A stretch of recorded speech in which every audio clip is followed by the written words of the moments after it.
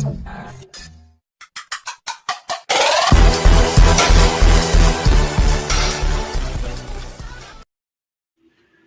araw guys.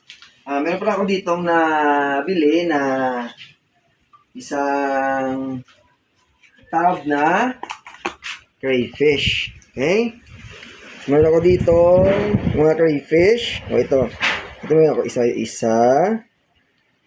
Ang pangalan ng crayfish daw nito ay ang Australian Red Claw. Okay? So, ito ay ilalagay ko na sa aking tab. Ito po ang aking tab. Okay? Pero bago yan, kailangan muna nating i-acclimatize. Okay? So, bago natin ilagay, kailangan muna ma-acclimatize ang mga crayfish. Okay? So, ilalagay muna natin dyan ng ilang minuto para ma-acclimatize nila yung temperatura ng tubig. Okay? So, ito palang crayfish ko ay isang lalaki at meron itong 6 na babae. Okay? So, nabili ko ito sa daan lang. At ito ay aking panimulang aalagaan. So, ang crayfish ay isang uri ng freshwater ng mga crustaceans. At ito ay na-under sa lahi ng mga maliliit na lobster. So, kaya ang laman nito ay masarap rin kainin at pagsimulan ko itong alagaan. Okay? Okay, so isa-isahin ko na. So, na-acclimatize na sila. So, isahin ko na silang pakawalan sa aking tab. Okay, so ito ang aking tab. Okay? So, ito muna. So, ingat lang, baka masipit tayo.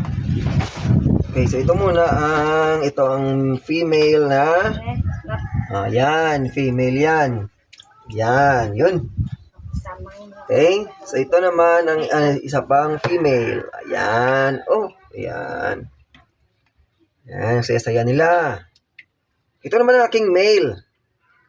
Male na Australian Red Claw. Kung makikita nyo guys, mas malaki siya kumpara sa mga female. Yan, yan ang aking male na.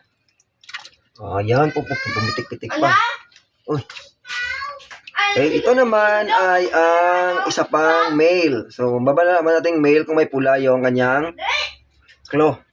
Dalawa ang aking male. Okay? At itong ang tatlong natira ay mga babae. Okay, so yan. Yan.